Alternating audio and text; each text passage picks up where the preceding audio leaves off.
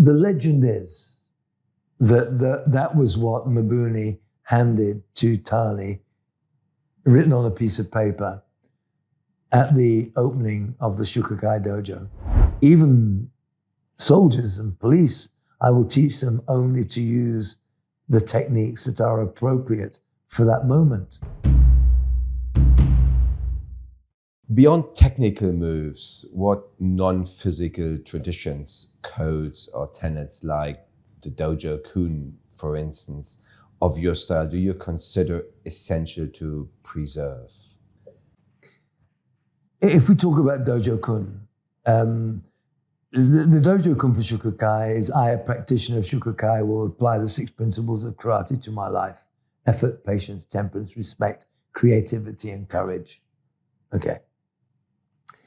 And the legend is that was what Mabuni handed to Tani, written on a piece of paper at the opening of the Shukokai dojo.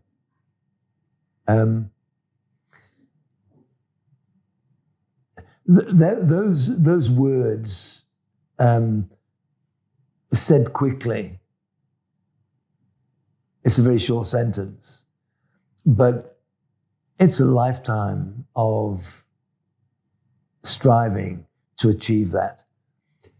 And the dojo-kun became important, or some of the philosophies of the martial arts became important only because they became a do format. Now, for many years, I studied a thing called tanto-jutsu. That's the use of the tanto, the knife. Tanto-jutsu never became tanto-do because it was always a dirty art that people sort of pretended didn't happen. If you watch samurai movies and you read things about the samurai and so on, it's all about using the katana and the beautiful blade, the living blade, and really that's not how they fought at all.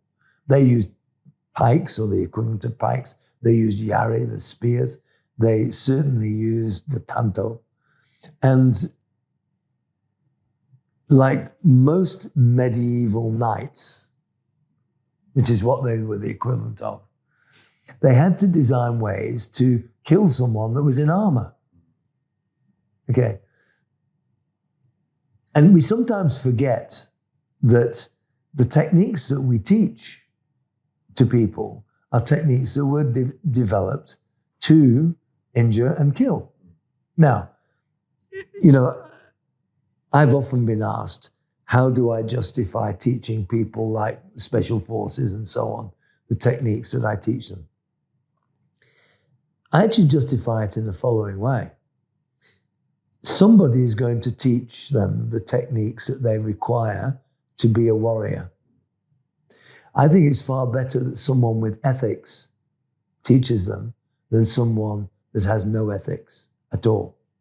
So I will teach even soldiers and police, I will teach them only to use the techniques that are appropriate for that moment. Okay. It is important to remember, however, that the techniques are those of war. Now, when we start to change and start to think in terms of the way of whatever it is that we're talking, kendo or aikido or whatever the case may be, when we start thinking of the do, they developed concepts that developed the whole person, not just their martial skills.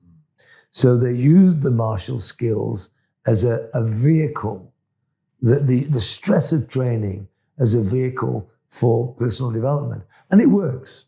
It does work. But I do believe that the yin and the yang, the balance of the martial arts, has got to be the practice of both.